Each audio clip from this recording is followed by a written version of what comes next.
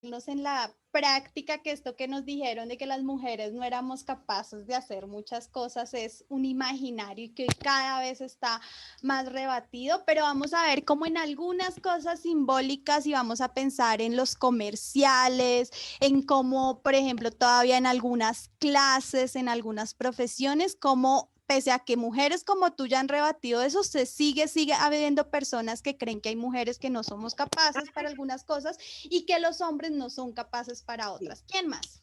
Quería comentarle una cosita. Hace más o menos, ¿qué le pongo yo? 5 años trabajé con un grupo de hombres. Yo era la única mujer, pero también existía la discriminación. ¿Sabe por qué? Porque a nosotros nos dejaban el almuerzo. Entonces yo llegaba donde estaba el comprensor y yo decía, ya me trajeron el almuerzo. Entonces había un muchacho que me hacía el feo, ¿sí? Porque yo era la única mujer. Y pues el que me decía dónde me habían dejado el almuerzo era el otro compañero, uno costeño, pero el otro sí no me negaba el almuerzo. Me hacía el feo porque yo era la única mujer trabajando con hombres.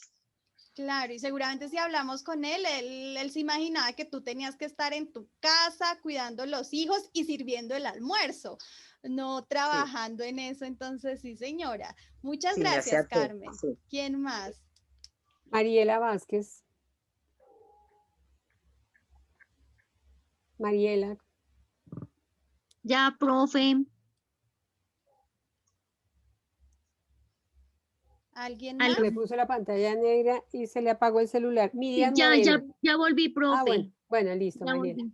Bueno, Ya es que se me puso la pantalla negra y se me apagó el celular, profe. Ahora lo estaba reiniciando nuevamente.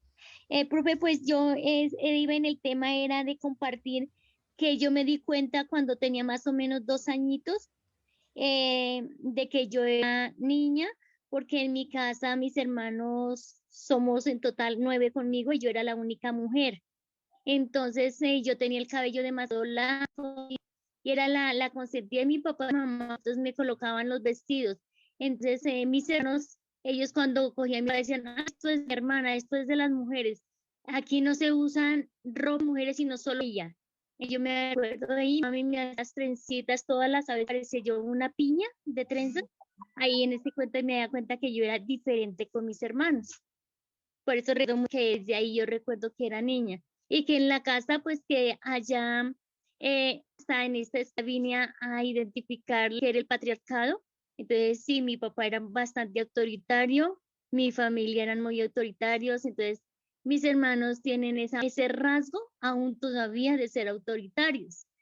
Entonces, pues yo me daba cuenta de ahí que nosotras las mujeres éramos totalmente diferentes y éramos muy aparte, que las mujeres éramos de la casa y que los hombres eran del trabajo, que los hombres eran los que iban a coger el café, a arreglar la caña, a moler, a hierbar, a todo, pero que las mujeres no. Pero yo en el transcurso de mi adolescencia me daba cuenta que a mí le tocaba bastante duro el trabajo y rompí con esa cadena y me volví muy rebelde. Yo soy revolucionaria en mi familia y me llaman la revolucionaria porque no me rompí como esa cadena de que nosotras las mujeres también podíamos salir y podíamos continuar.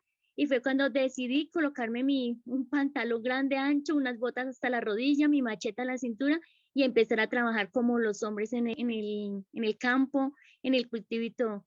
Y de ahí pues he venido como con esa diferencia de que en mi familia no todos teníamos que ser las faldas largas al tobillo, a la media pierna, abajo de la rodilla. No, yo me puse mi pantalón y rompí la tradición de que no más faldas largas, sino pantalón para poder trabajar en los cortes con los hombres.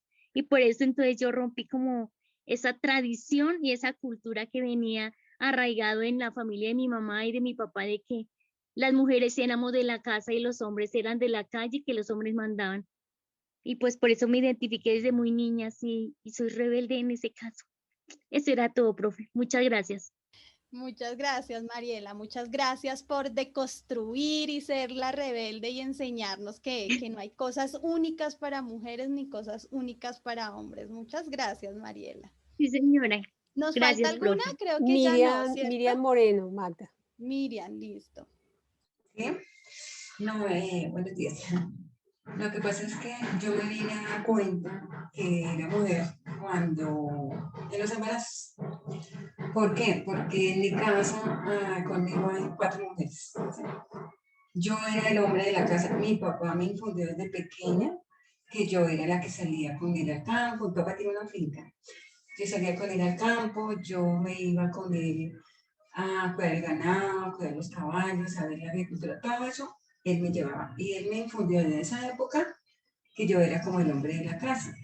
Él me enseñó, de hecho, cuando yo fui creciendo, ya estaba en la edad como de los 15 años, a tomar. Él me invitaba a tomar una cerveza, me llevaba a fiestas y me enseñó a ser muy independiente.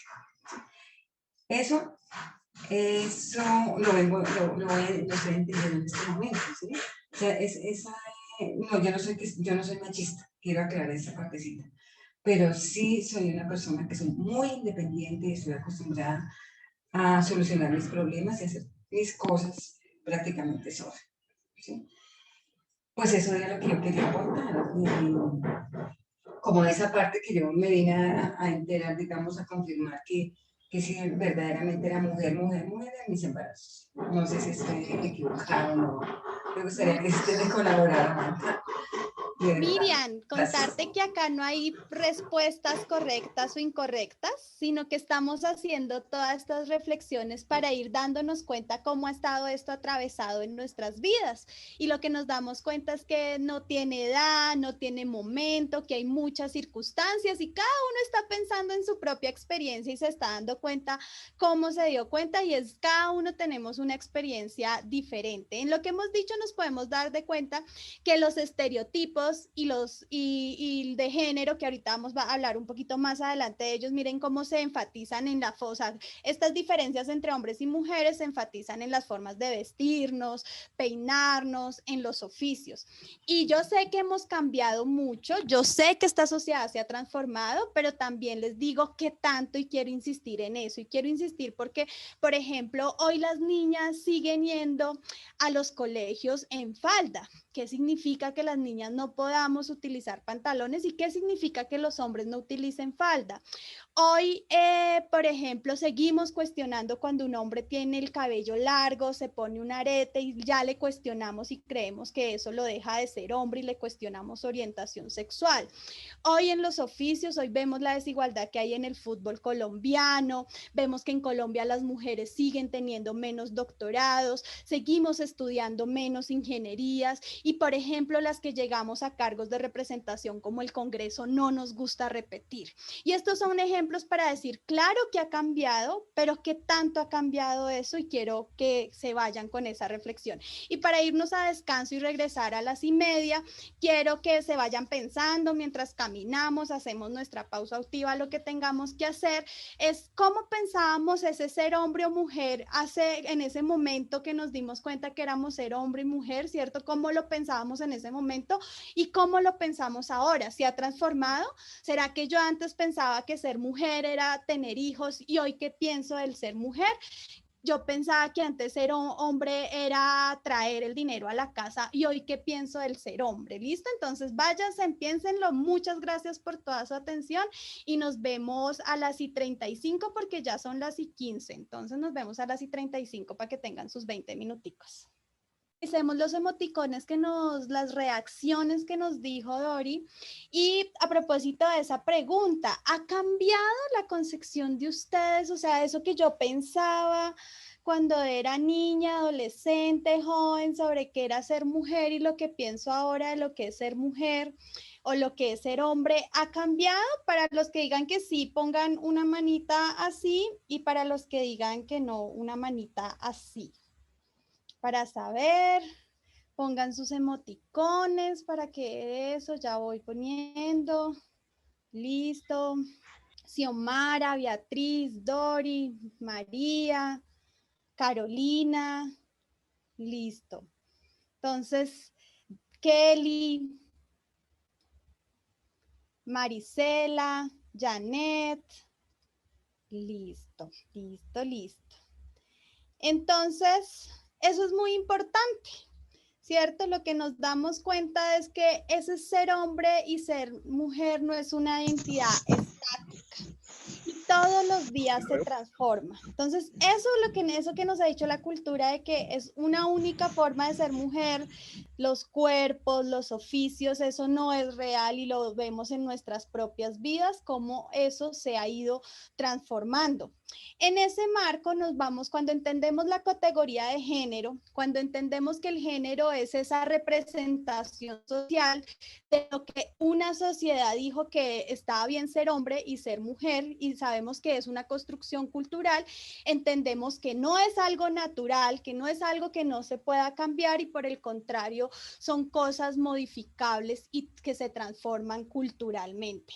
Entonces está el sexo biológico, que es eso con lo que nacemos, pero que no tiene que determinar nada en nuestras vidas, no tiene que determinar si lavamos, si planchamos, si somos ingenieras, si lloramos, si somos sensibles, si somos fuertes, si trabajamos de noche o de día, eso no tiene que determinar nada, ¿cierto? Y vamos entendiendo que el género es esa construcción cultural que se puede transformar con el pasar de los años, ¿cierto? Sin embargo, digamos, ha habido una interpretación de que existen unas únicas formas de ser mujer y unas únicas formas de ser hombre, ¿sí? Unos clichés, unas determinaciones, unos mandatos, y basta con ir a un colegio, ¿no? Entonces a las niñas la falda, a los niños los pantalones, las niñas con su colita blanca y los niños con el cabello corto, las niñas con aretes y los niños sin aretes, y van habiendo unos clichés, y entonces en la clase de educación física los niños dan 20 vueltas a la cancha y las niñas dan 10 vueltas a las canchas, ¿cierto?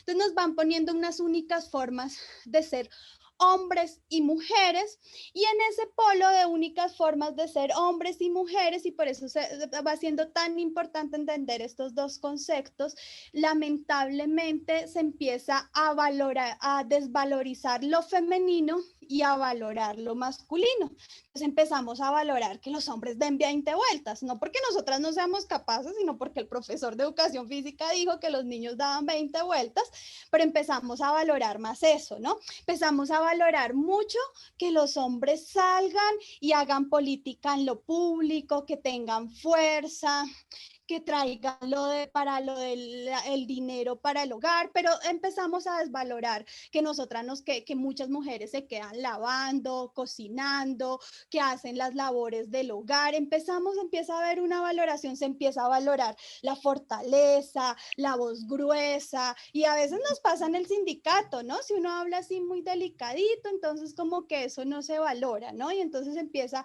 a haber una valoración de lo masculino y una desvaloración de lo femenino, de esos roles que además no son naturales, pero que la sociedad nos fue asignando. Entonces, unos roles para los hombres y unos roles para las mujeres, y esta cultura machista y patriarcal empezó a valorar más lo masculino, de ahí a valorar lo femenino. Y en tiempos de pandemia, y en otra sesión vamos a hablar más de la economía del cuidado, sí que nos vamos a dar cuenta que esas cosas que supuestamente hacemos las mujeres y no tienen valor, tienen un valor muy importante. Pero hoy lo vamos a determinar y vamos a ver cómo esa desvalorización o esa, digamos, división que se hizo de lo masculino y lo femenino afecta al desarrollo de nuestra sociedad.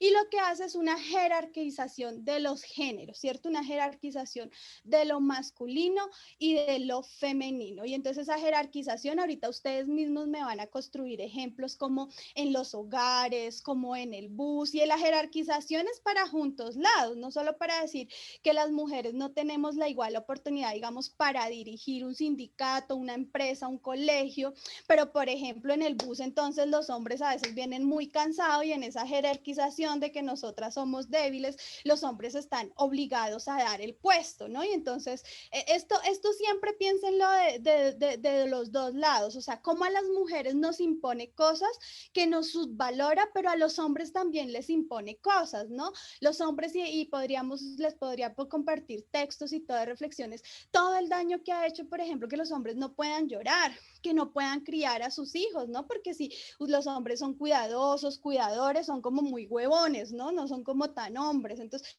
esta jerarquización va a ser para juntos sexos en este ejercicio. Y acá está nuestro compañero, ay, ¿quién fue el que me hizo la pregunta al principio? ¿Me recuerdan el nombre? Edgar, creo que era. O Hernán. Bueno, no me acuerdo. o Hernán. ¿Y está? ¿No está nuestro compañero que nos preguntó Sí, esto? Magda, soy yo, Edgar. Me Edgar. Edgar, Sí, sí. Edgar, Edgar, soy yo. mira.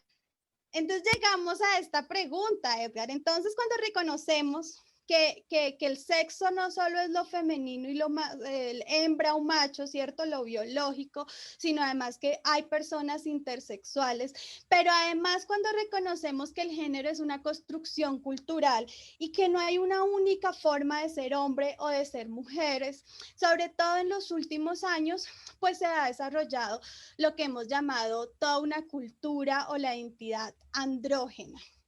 Esto tiene que ver con personas que dicen, oigan, yo no me identifico ni con ser hombre ni ser mujer, o sea, soy andrógena, soy más allá de las características hombre o ser mujer, y miren estos rostros, estas personas, uno no podría identificar necesariamente si son hombres o son mujeres, ¿cierto? Y estas personas han venido defendiendo, yo no me siento recogido en el todos, porque no me siento solo con las características masculinas, pero tampoco en el todas, porque no me siento tampoco, digamos, solo, sino que me voy sintiendo en una mitad, y por eso estas personas han pedido que las nombremos, las llamemos con el todes, con el ellas, ¿cierto? No ellas o ellos, sino ellas, en un punto intermedio, ¿no? Esto, digamos, yo lo respeto mucho, sobre todo por la identidad. Y acá una pregunta es, ¿cómo nombro siempre que llega esto de las orientaciones sexuales? Y si es bisexual, o si es trans, o si es andrógena, ¿cómo nombro a la persona? La invitación a una profe nos ponía el ejemplo de un estudiante que tuvo intersexual. Uno no sabe cómo nombrar a esa persona. Mi invitación es pregúntenle con toda tranquilidad cómo quieren que los nombre, ¿cierto? Porque tampoco sabemos aprendidos y no sabemos si lo nombramos como ella, como él, como Juan, como Juana. Entonces, con toda tranquilidad, pregúntenles a esas personas cómo quieren que les nombren, y en ese camino de preguntarles cómo quieren que les nombren, entonces, algunas personas intersexuales, andrógenas y con identidad binaria nos han dicho que les nombremos como todes. ¿Me hago entender, Edgar? ¿Es más claro por qué utilizar ese todes? Sí, es correcto, Magda. Sí. Entonces, es una invitación a, no solo está lo blanco, lo negro, no solo está la forma de ser hombre o mujer, sino cuando entendemos que el sexo tiene otros elementos y que la identidad y que el género es una construcción cultural, nos vamos encontrando con esto.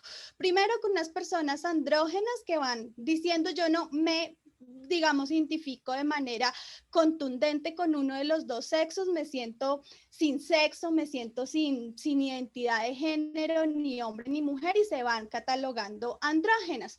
Y también nos vamos identificando con otras que son binarias, es decir, dicen, oiga, yo sí quiero tener muy marcadas las características tanto masculinas como femeninas. Entonces, miren esta mujer que tiene, por ejemplo, mujer o hombre, porque, ¿cierto? Más bien un ella que tiene tanto el cabello largo como la barba, o sea, es binaria, se va sintiendo con los dos muy, muy reconocida. Este hombre o esta ella que tiene entonces la barba, se va maquillando una parte, pero la otra no. Entonces son formas, y en esto que Carolina además también nos decía, oigan, es que acá lo importante es reconocernos esas diversas formas que tenemos de ser y estar, y estas son unas formas de ser y estar, este ejercicio binario, este ejercicio andrógeno, y de ahí el ellas, el él, el todes, que a algunos les incomodan, ¿no? A algunos les incomoda, y esa es otra invitación. Hoy les he escuchado hablar de todos, de mis hijos,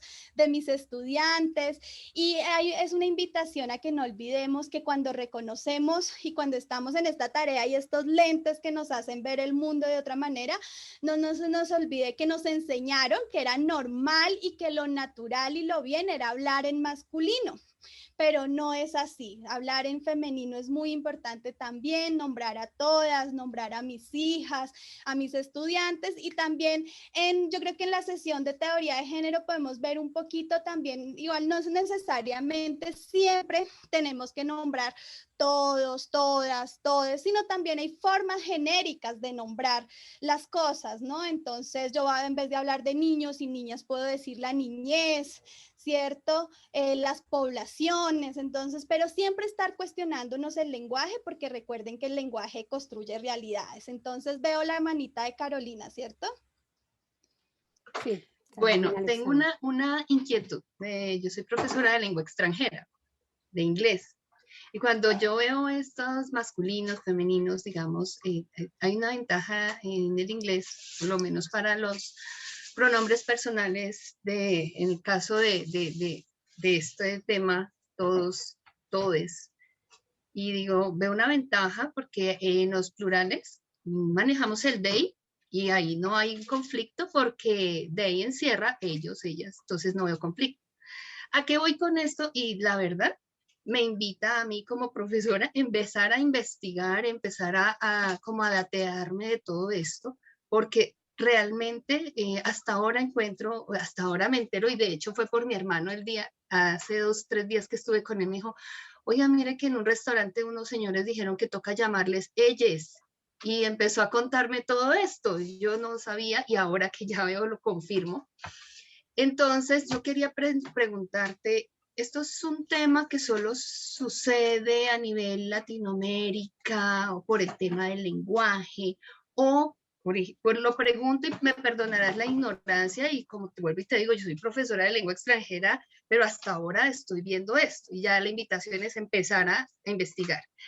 O ¿por qué? Porque en inglés he, she son hombre y mujer, entonces habríamos, digamos, ya en la individualidad hacer estas diferencias. Pero en la generalidad no le veo el problema en la lengua extranjera, pero sí lo veo en nuestra lengua materna, en el español, que sí estamos especificando estas diferencias. Eso tiene una implicación grande. Claro que sí, Carolina. Muchas gracias por sus preguntas.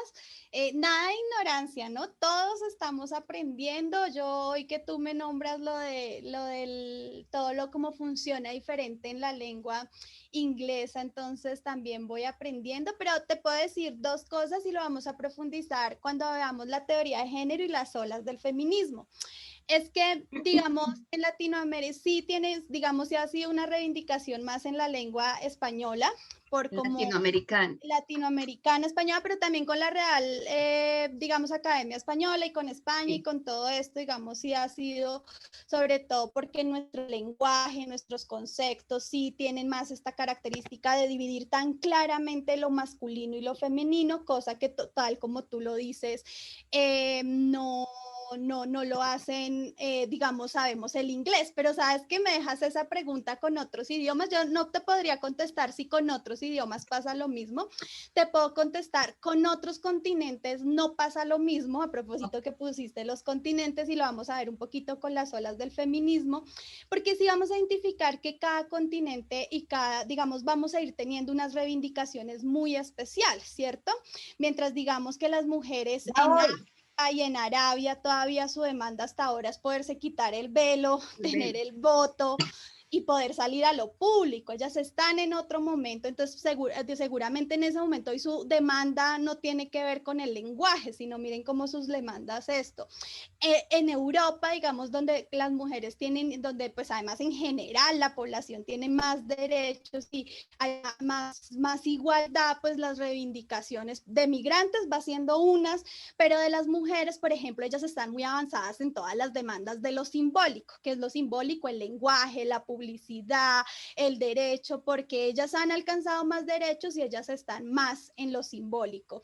Entonces, y yo sé, pero eso lo vamos a profundizar con las olas del feminismo y pues las latinoamericanas, a propósito de lo que nos ha caracterizado de la movilización social. Hoy estamos en una demanda muy importante, sobre todo de acceso a derechos. Entonces, no sé si esto te conteste un poquito, pero nos queda la tarea, ¿sabes? Con otras amigas filólogas, preguntarles cómo porque tenemos claro que con el inglés no, pero no sé cómo podríamos investigar con otras lenguas cómo están estas reivindicaciones. Lo cierto es que esta reivindicación del lenguaje no pasa por una simple reivindicación de nombrar todos, todes o todas, sino que eso se va a materializar en el ejercicio de derechos, ¿no? Las personas todes, por ejemplo, en la cédula van teniendo dificultades a la hora del sexo, ¿cierto?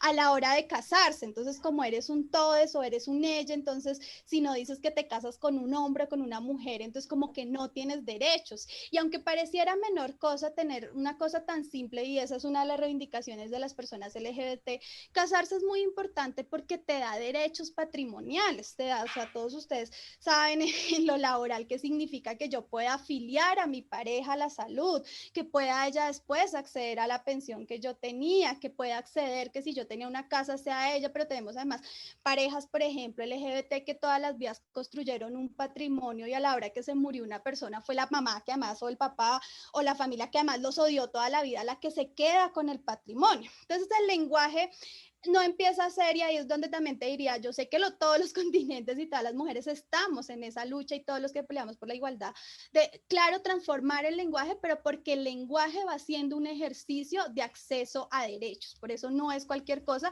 y por eso si ustedes además solo van a hacer como en un ejercicio de repetir todos, todas, y ya, no lo hagan, sino están teniendo la conciencia de lo que significa reconocer al otro y a la otra en el lenguaje. Norma y Nelly. Y Gracias, una Marta. compañera que también pide la palabra, que es María Angélica Herrera. Listo. Sí, señora. Bueno, yo soy auxiliar de enfermería del turno nocturno en la noche y hablábamos hace como 2 turnos con una compañera casualmente sobre la jerarquización de los géneros masculinos y femeninos, donde decíamos o acabas de decir que los hombres no cuidan a los niños.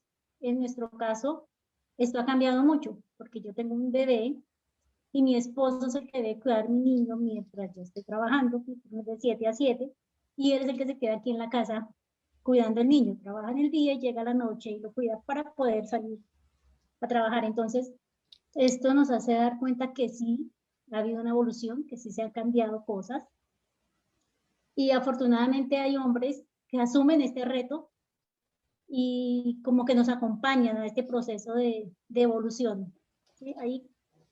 Hay hombres que aún no quieren salir de su machismo, pero hay hombres que sí, y debemos, por lo menos yo me siento muy agradecida con el compañero que tengo a mi lado, porque me apoya y salimos adelante los dos, ¿sí? Es una lucha diaria, entonces hay gente que sí, y nos damos cuenta que sí se puede cambiar y darnos la oportunidad de cambiar de roles. Eso es lo que hablamos acá. Aquí cambiamos de roles. En la noche salgo yo a trabajar y él llega a la casa. Entonces, sí se ha cambiado, sí hay evolución. Un poco, pero sí. Ese era mi aporte, profe. Gracias. Sí, Norma, qué chévere que yo además sé que acá todos estamos en esta escuela porque de alguna manera tenemos ese chip, ¿cierto? Y de alguna manera en nuestras casas, en nuestras familias, con nuestros compañeros, compañeras, eso se ha podido transformar y eso es muy importante porque nos dice que sí es posible. O sea, ejemplos como lo de Norma, podríamos para que ellos le enseñen a otros hombres y a otras mujeres que tienen mucho miedo de eso, ¿sí, Norma? Hay muchos hombres, o sea, tu compañero lo asume y qué chévere, yo también tengo un compañero que lo asume y también digo, bueno, qué chévere que ellos se metan en otros roles, pero también vemos muchos hombres que tienen muchos miedos a asumir estos otros roles porque les cuestiona su masculinidad, porque entonces creo que experiencias como las de esta escuela, que estoy segura que todos nos ayuda mucho, pero también quiero que siempre nos movamos en los dos ámbitos, reconociendo cómo en nuestros ámbitos y seguramente porque ya tenemos una sensibilidad, se han transformado muchas cosas, pero también que pensemos en otros ámbitos, pensemos si para todas las mujeres enfermeras, si para todos nuestros estudiantes, si para todo, porque por un lado está este ejemplo que tú me pones, pero por otro lado, insisto, hoy el DANE nos dice que hoy las mujeres, digamos, dedicamos hasta 10 horas más en las tareas del hogar semanalmente que los hombres. Eso nos dice, todavía nos falta. Entonces ahí es donde les invito a, tenemos que tener los ojos puestos en varias dimensiones. Muchas gracias, Normilla. Nelly y otra compañera que pidió la palabra. Buenos días. No sé si me ven y me escuchan. Perfecto. Sí. ¿Sí? Ah, bueno. Bueno, frente a lo que pues me parece muy importante cuando se empiezan como a develar digamos, todo lo que hay detrás de todo eso, los hechos, ¿no?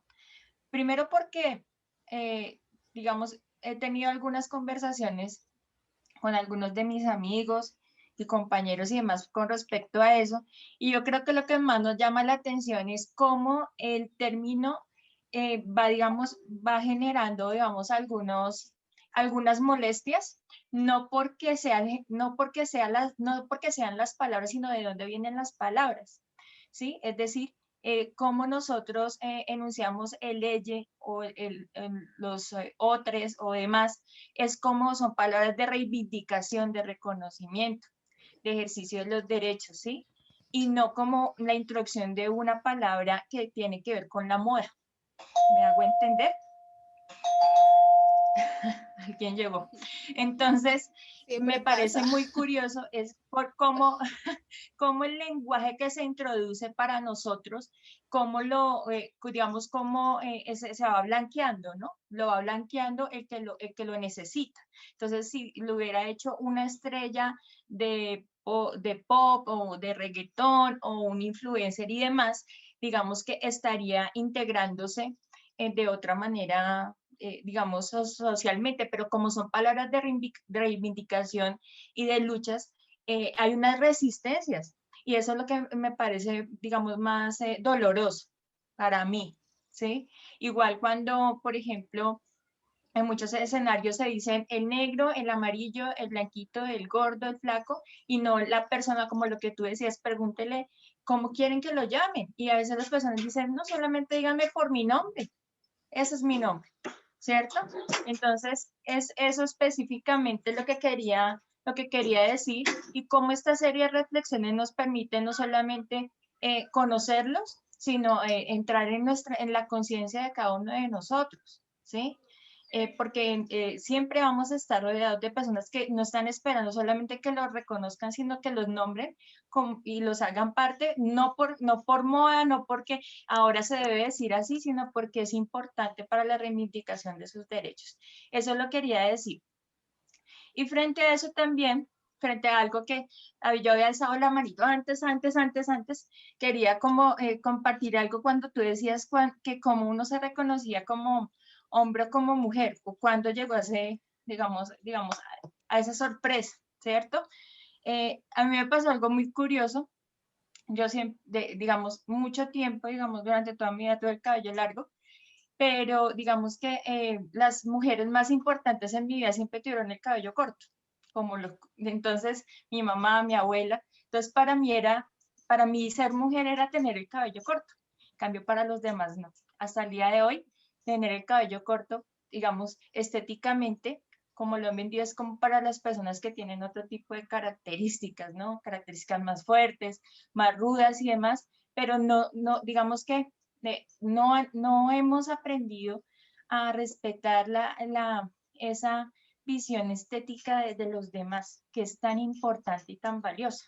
Entonces, quería como hacer esos dos comentarios y agradecerte precisamente por poner estas palabras en contexto, ¿sí? Digamos, no pasarlas como un brochazo, sino ponerlas en el contexto y en la conciencia de cada uno. Gracias, Magda, te lo agradezco. No, Nelly, muchas gracias además porque, bueno, nos recuerdas varias cosas y varios elementos y quería a propósito de esta identidad binaria y de lo andrógeno, pues esto que has dicho de reconocer a las personas y cómo estos son unas reivindicaciones políticas. Y quiero que ahorita volvamos a eso con el próximo concepto, que es el tema de orientación sexual, porque o sea, nos recuerdas esto de lo político es muy importante, o sea, esto no es un capricho, no es un sino es toda una historia de luchas y reivindicaciones lo que hay detrás de este ejercicio,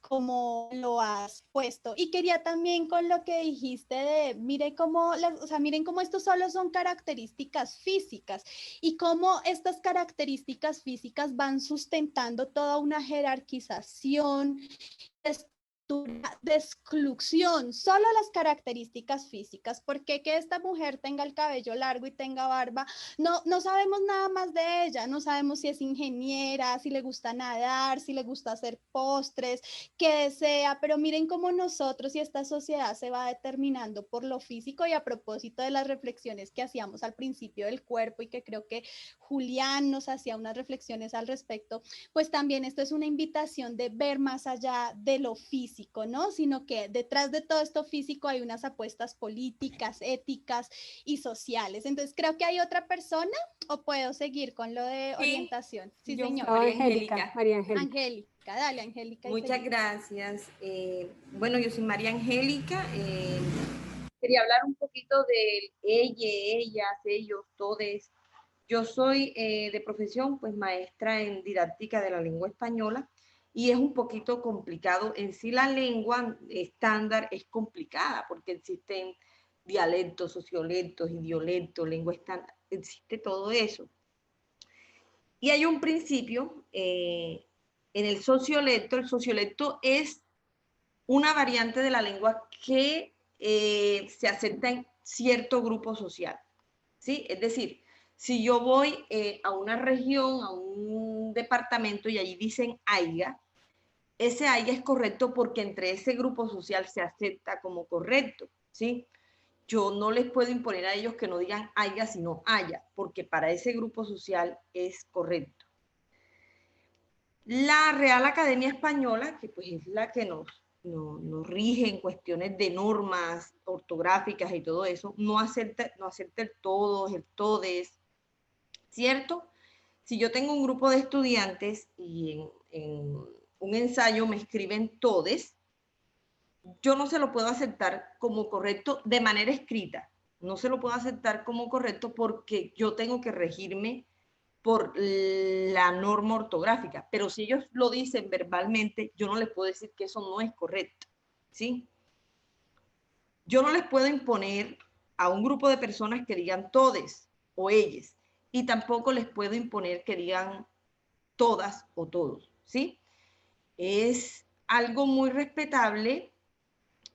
Y hay algo que sí está también, que es la lengua estándar y que nosotros los seres humanos debemos como ser pragmáticos en ese sentido, ¿sí?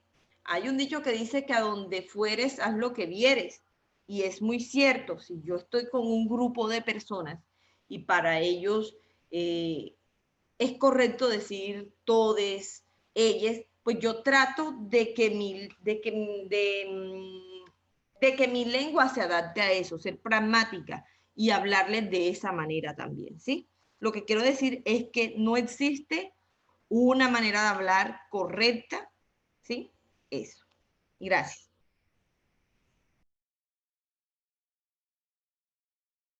Muchas gracias, Angélica. Precisamente los estudios de género nos invitan a cuestionar eso. A propósito, cuando tú decías, yo no les puedo aceptar eso, hoy, por ejemplo, las tesis doctorales de la Universidad de los Andes, de la Universidad Nacional, del Círculo de Mujeres de España, de OTFAN, estoy pensando en la de Francia, se me fue la universidad, bueno, que ellas han estudiado mucho, una francesa muy famosa, han venido cuestionando eso, y más bien las tesis doctorales se han venido escribiendo en este lenguaje del todes, y lo aceptan, y las profes no lo ponen mal, porque precisamente es la invitación a actualizarnos de algo que ha dicho la cultura. O sea, la cultura patriarcal ha tenido leyes físicas, biológicas, jurídicas, y eso no quiere decir que esté bien. Era una ley que a las mujeres nos mataban, ¿cierto? Y sigue siendo una ley en algunas partes del mundo si por ejemplo, tenemos otra relación diferente a la que se tiene con el esposo. Era una ley era una ley y en Colombia, y lo sigue siendo en otros países, que a los homosexuales se les asesina porque tener un gusto diferente al heterosexual. Entonces, esto para decirles, ojo, porque precisamente la cultura patriarcal se ha sustentado en leyes. Esa fue la ley que nos dijeron, es esta que hoy yo estoy cuestionando, y la primera ley es: si tienes sexo, si tienes pene, tienes vagina, tienes una única forma de ser. Y eso se sustentó en teorías políticas, en teorías biológicas y en teorías sociológicas. Sin embargo, hoy en el siglo XXI los estudios de género han podido rebatir eso y cuestionar esas leyes. Y entonces hoy las escuelas y los estudios más bien están invitando a que sí lo podemos hacer, ¿sí? Y yo les invito más bien, a propósito de una compañera que decía, yo soy revolucionaria, a que nosotros desde los movimientos sociales, políticos, desde nuestros sindicatos, cuestionemos un poquito esas normas que digamos convalidan la desigualdad. Tenemos muchas normas que convalidan la desigualdad, pero también quiero contarles que tenemos otros avances. Por ejemplo, en Colombia hay dos, se me olvidan, sentencias de la Corte Constitucional que nos han dicho que sí podemos utilizar, independientemente que la Real Academia, digamos, haya señalado algunos elementos. No, la Corte Constitucional hoy en Colombia, actualizándose a la realidad que tenemos, nos ha dicho que sí es importante utilizar el todos, el lenguaje masculino y femenino. Entonces creo que podemos ir transformando, y lo otro es que creo que es donde está una apuesta política, y creo que lo que nos decía Nelly es tan importante porque no es una formalidad, ¿cierto? Y creo que nosotros tenemos que ir más allá de la formalidad, sino que esto es una apuesta política y por eso es tan importante reconocerla. Entonces, bueno, pues seguimos ahí como mirando, construyendo, actualizándonos, y ese es el reto constante con este tema, ¿no? Históricamente nos dijeron una cosa y por eso a veces el feminismo, la lucha por la igualdad incomoda,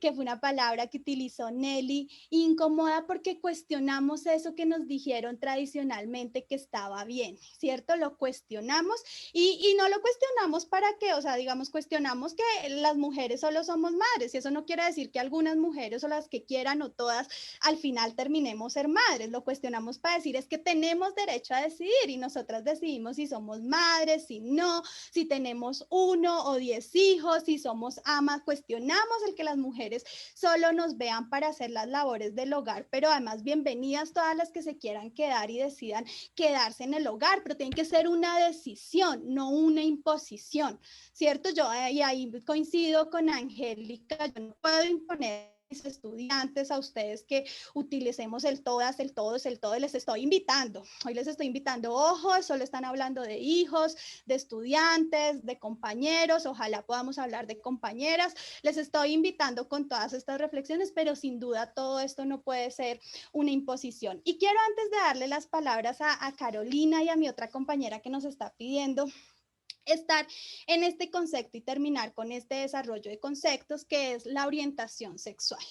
Y quiero ahorita retomar ahí el tema de lo político otra vez. Entonces recuerden que la orientación sexual es esa atracción emocional, romántica, sexual y afectiva que siento por un otro, ¿cierto?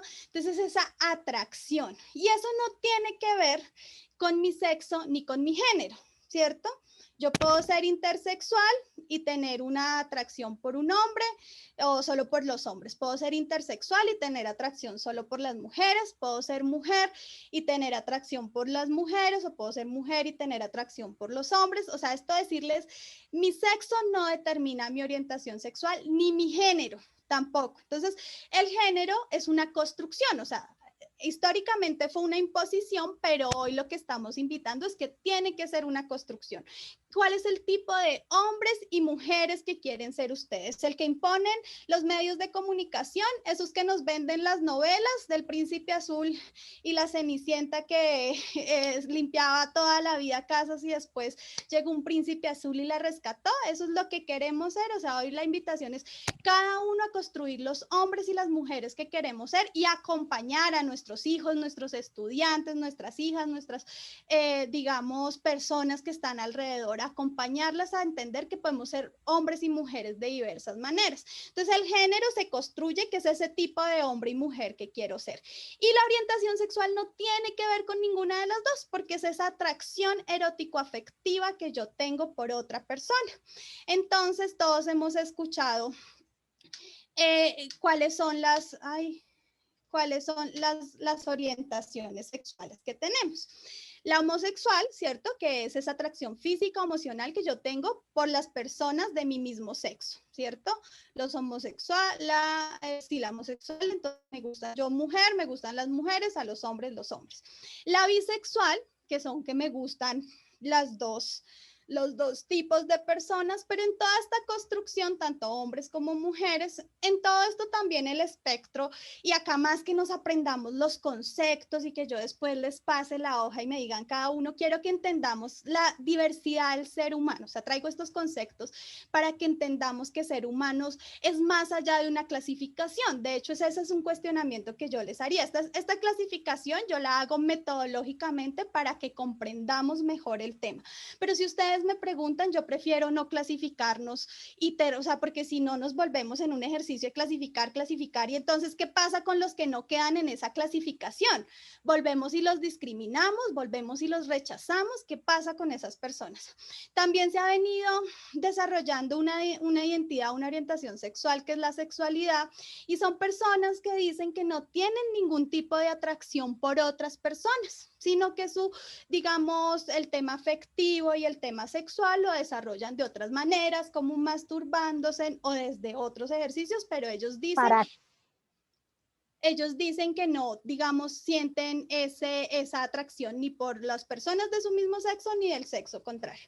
Está la pansexualidad, que han dicho que son personas que dicen, oiga, yo no quiero ni lo bisexual ni lo homosexual, yo me enamoro de los seres humanos, no me importan cuál es su género, cuál es su sexo, no me importa, sino yo me enamoro y me siento atraída por los seres humanos. Entonces,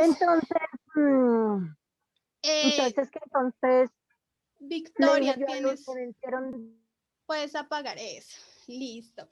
Y acá quiero centrarme en la heterosexualidad. Ustedes han visto que las siglas son, digamos, de la reivindicación política, a propósito de lo que nos decían Nelly, es LGBTI, ¿cierto?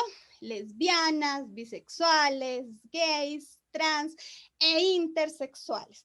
¿Ustedes por qué creen? Y pues las heterosexuales son las personas que les gustan las personas de su sexo contrario. ¿Por qué creen que en esa reivindicación y en esa sigla política que son las personas LGBTI no están las personas heterosexuales? ¿Por qué creen?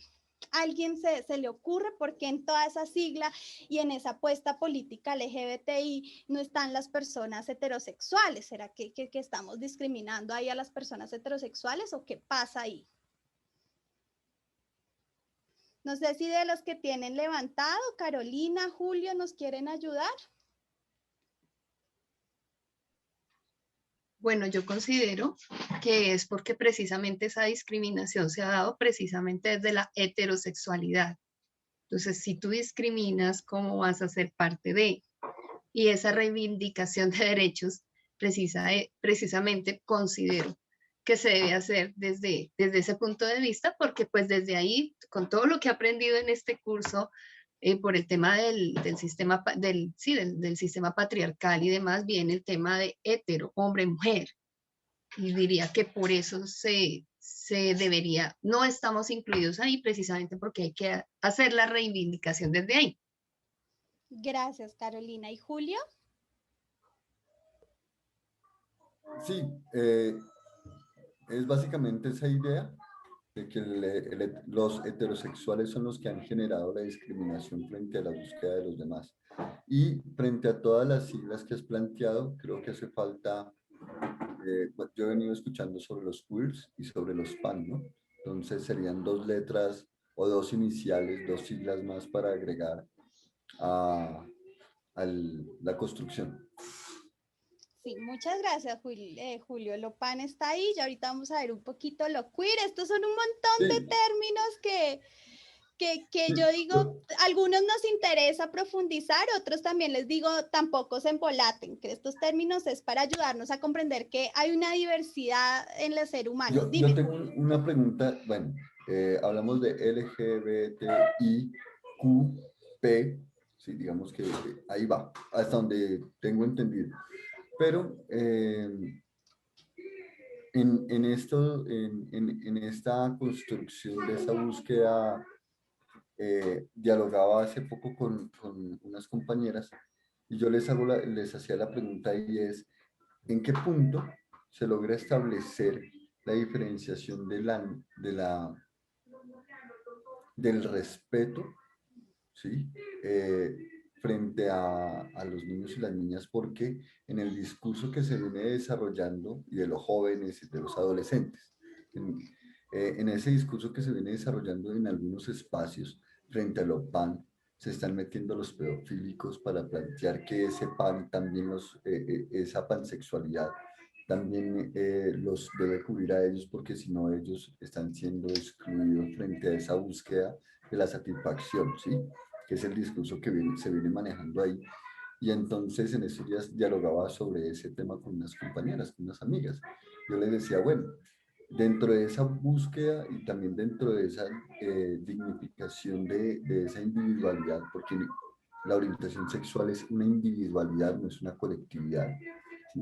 ¿En qué punto entonces se puede establecer ese stop frente al otro, frente a la otra, cuando se habla de los infantes y de los preadolescentes y adolescentes? ¿Sí? Porque de todas maneras el discurso que yo he escuchado de algunos puntos, ¿sí? Es que no debe haber ninguna pared, ningún borde, sino por el contrario, el horizonte es amplio, porque no se puede excluir ninguna de esas individualidades, ¿no? Entonces, por eso dejo ahí, aunque he venido dialogando sobre el tema, pero chévere también. Chévere que lo vayamos tocando. Sí. Entonces, perfecto, Maidita, Carolina. perdona un momentico, más ¿Sí? antes de darte nuevamente la palabra, le vamos a pedir el favor a la persona que está conectada con el nombre de Tess Font, nos coloque el nombre o para cambiar. iPad de Tess. Bueno.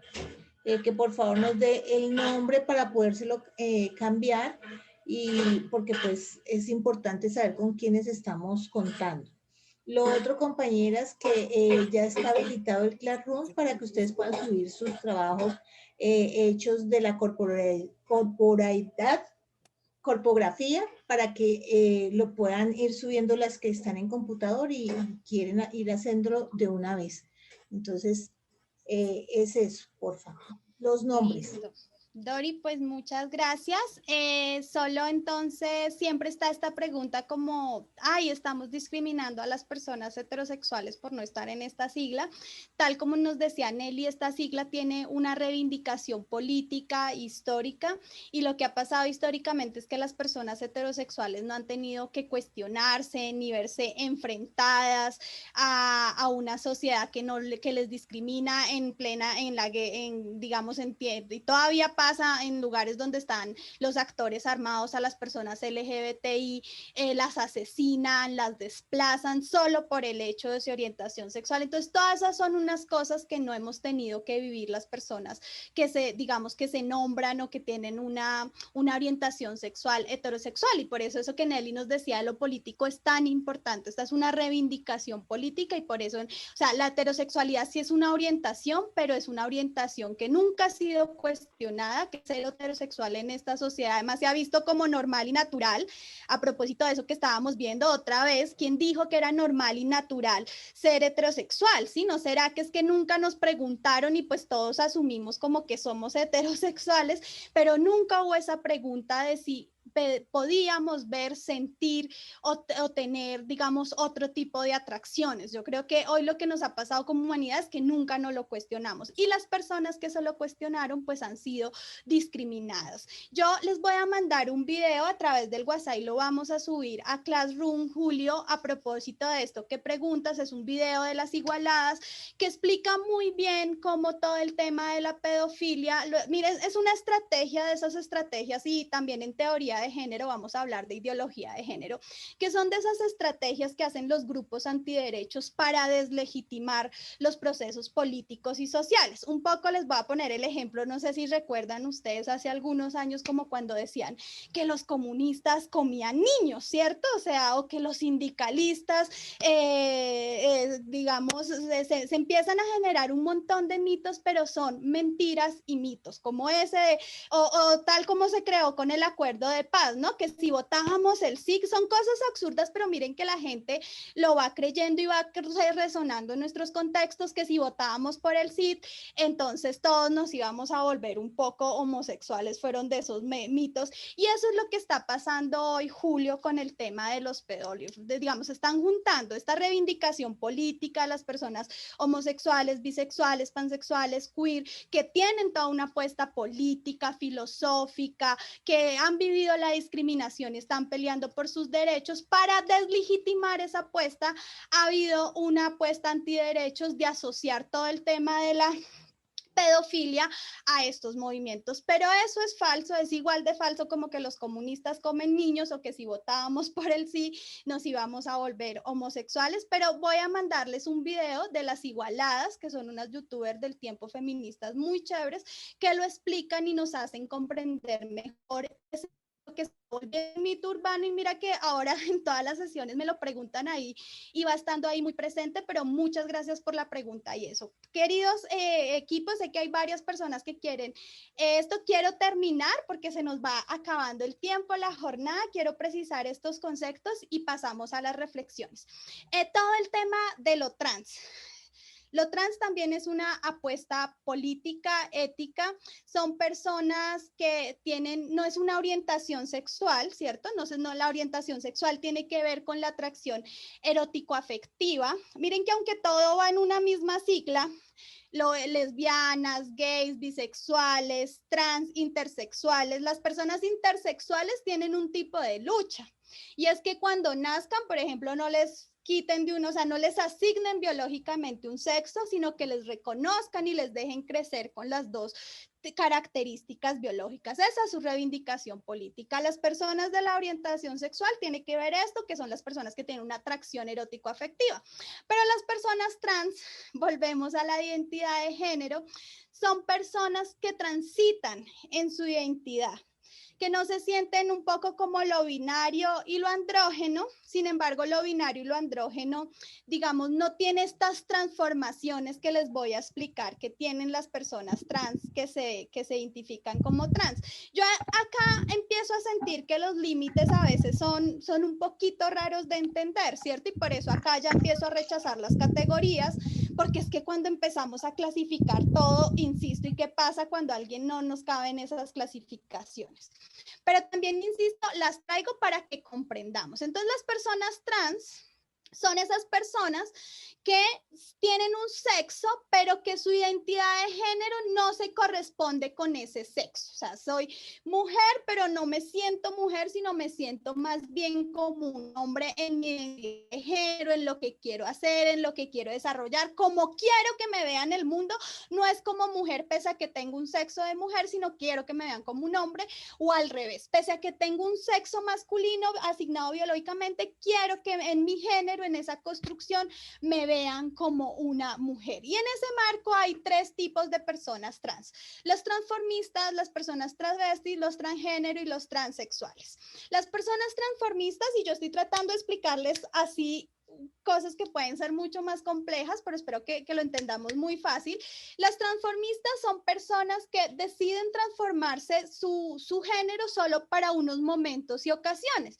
Es decir, por ejemplo, hay muchos transformistas que son todo un hombre que va a la oficina, trabaja, tiene sus hijos, todos, pero los fines de semana le gusta sentirse como mujer y se transforma para un show.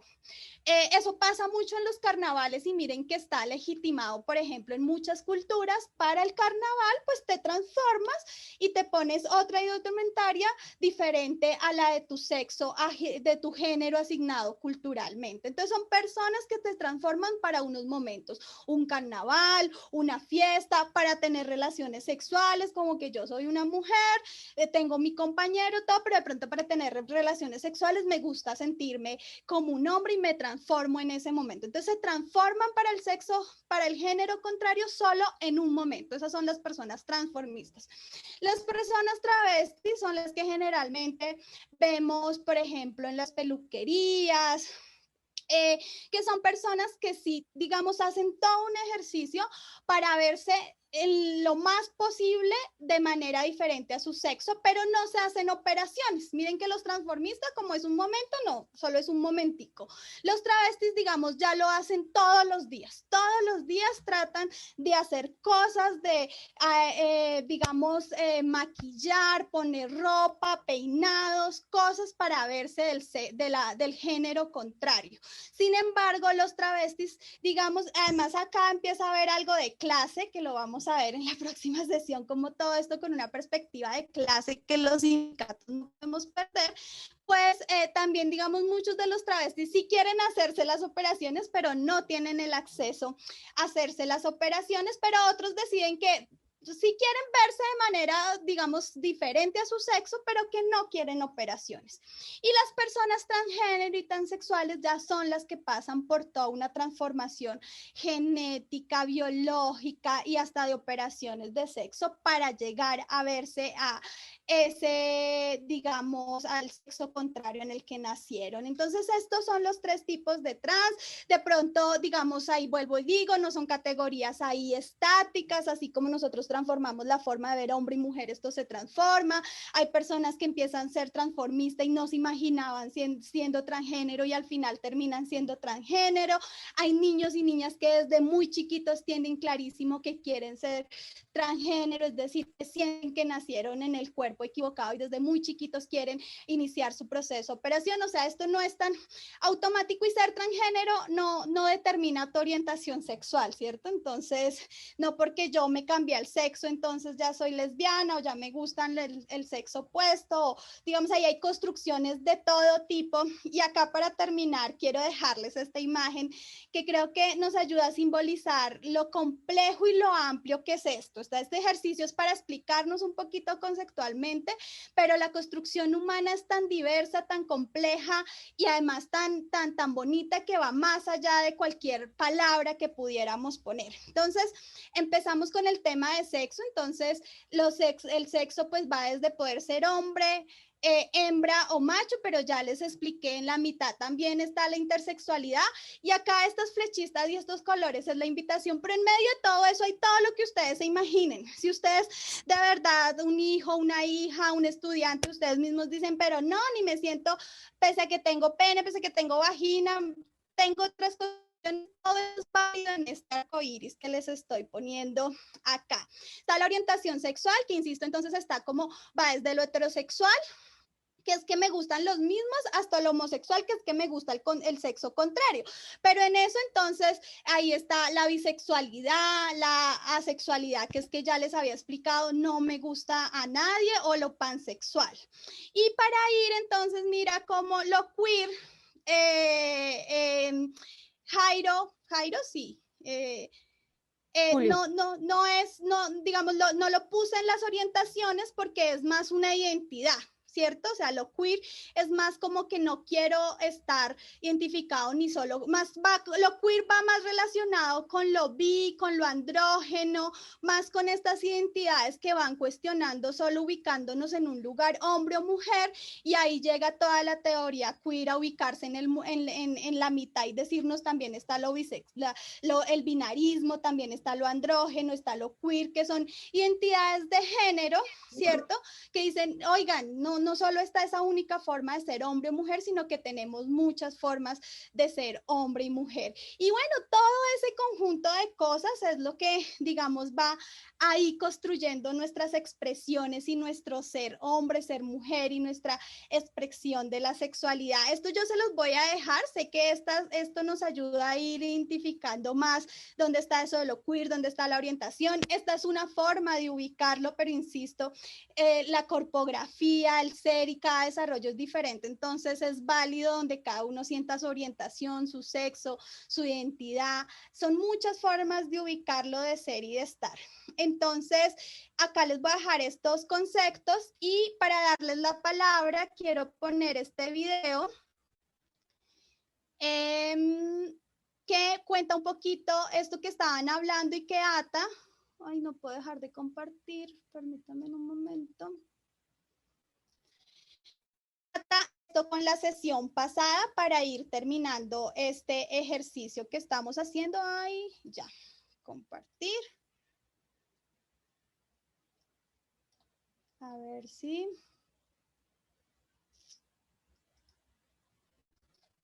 Y ya les doy la palabra. Bueno, ¿tienen alguna pregunta del tema de orientación sexual? Pregunta. Y las reflexiones me las comparten después del video, porfa. Pero ¿tienen alguna pregunta sobre estos conceptos que acabé de tocar de orientación sexual, de lo trans, de esto? ¿Hay alguna pregunta? ¿O todo claro? No hay pregunta. No hay preguntas, entonces vamos a asumir que está claro. Listo. ¿Me ayudan si están escuchando el video? Dori y Dayana, porfa, me dicen. Oh, no, señora. Hágale. A ver.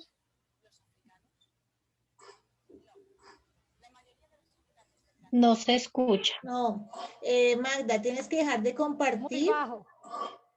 Tienes que dejar de compartir y cuando vayas a volver a compartir el video, al momento de decir compartir pantalla, le colocas el chulito ahí donde dice compartir audio de computadora. Ah, sí, ya vi. Listo. Vale. Listo. 32%. Convivimos casi 6.800 millones de personas. ¿Ya escuchan, sí? Sí, ya se escucha. Listo.